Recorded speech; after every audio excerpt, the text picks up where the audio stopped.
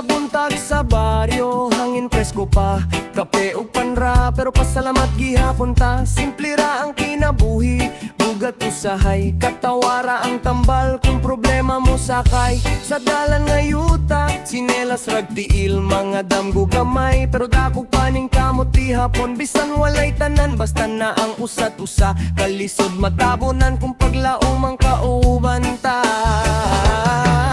Umuhunong ang kalibutan, kita magpabiling. Umuhunong ang uban, kita mo padayong gihapon.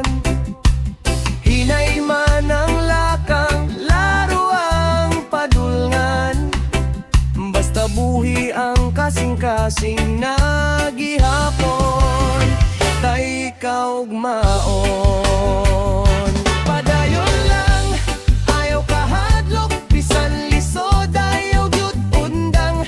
Ang adlaw mo subang balik, human sa gabi, hayag ra gihapon.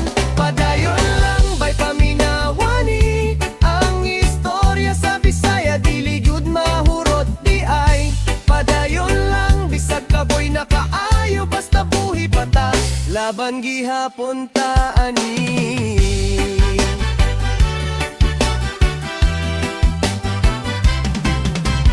Naayadlaw nga ulan, naayadlaw nga init, naigugma nga niabot, naayusab nga ni hawak kalit. Naisaad nga naputol, naipulong nga nasayang. Pero ang kinabuhi bay padayon ra gihapon. Dagan mga gabi nga hilom, dagan kag huna-huna. Nang guta na sa Ginoo kung kano sa mahuman ni tanan. Pero tanawa, buhi pa, nagginhawa pa. Bisan sakit ang dalan, padulong gihapon ta. Kung mapildaman karon dili pasabot, tapos na ang kalag sa Bisaya, dili dali mapalong. Bay reggae ra ang tugtog pero tinuod ang pulong. Kantaan ni sa katawan nga dili mo hunong.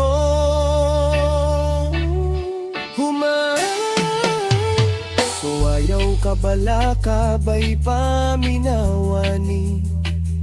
Sa matag ritmo, kinabuhi ang nag-istorya diri. Rap man, rock o reggae nga atong tingang karon. Padayon lang sa dalan, kay kita ray magsulat sa atong istorya bayhon.